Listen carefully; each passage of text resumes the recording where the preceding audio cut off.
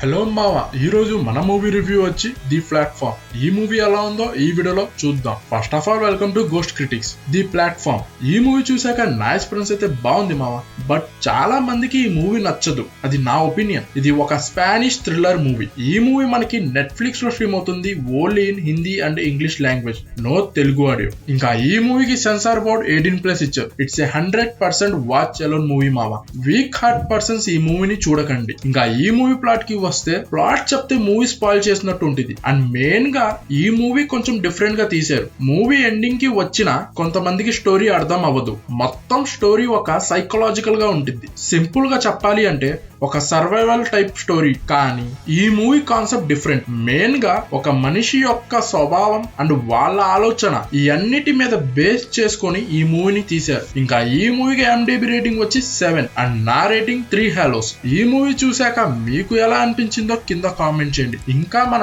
Channel ని subscribe చేయకపోతే please do subscribe. ఈ ఛానల్ ని సపోర్ట్ చేయండి మావా. And thank you for watching this video.